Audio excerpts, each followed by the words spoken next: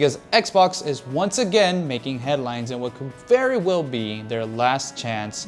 There was a pretty interesting hiccup, however, when the United States politics got involved.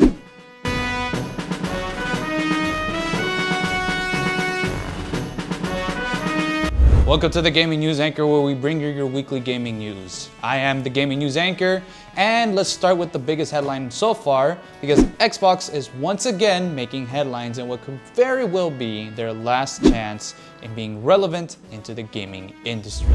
This is because they have announced Project Helix, their next generation console that will play both Xbox and PC games. Now, this comes shortly after the new CEO of Xbox, Asha Sharma, took over following the retirement of Phil Spencer, with Helix being the codename of the next-gen console. According to Sharma, quote, "Project Helix will lead in performance and play your Xbox and PC games. Looking forward to chatting about this more with partners and studios at my first GDC next week." So there you have it for now, fellas. We'll get more information next week, but let's open that to the question of the week. Are we at all interested at what Xbox could do? We know Xbox has been going downhill, so of course they are incorporating PC gaming, but now we'll have to face against the likes of something like the Steam machine and just PC gaming in general. It appears that consoles as a whole is trying to adapt or integrate PC, otherwise it wouldn't survive. But please leave your thoughts in the comments below. But moving on now, we got two notable releases as so far for March, with one being Pokopia, the life simulation game where you play as a Ditto, taking the shape of a human. And so far, the new relaxing experience is actually doing quite well amongst players.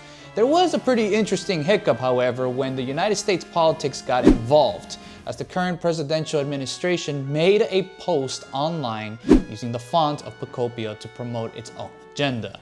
Now, Pokémon was quick to respond, saying that they share no political affiliation and that the IP works to bring the world together. It should be noted, however, that this is far from the first time that the current administration has used other games or media to promote their own politics. This would include Pokemon itself. As for the other release, Bungie has moved on with finally releasing their controversial title, Marathon. And so far, surprisingly, it's actually getting positive reviews, but not so much of a massive player base as of yet.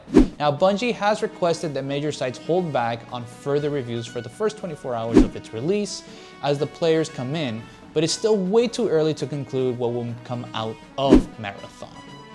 Now, from uncertainty to certain doom, we have to talk about High Guard, the game that was insanely brought up and hyped up to be the big game of this year from last year's Game Awards. Some of you may recall that this was the final game that was announced for the Game Awards as an announcement, and it was going to be pretty much this next PvP free-to-play shooter.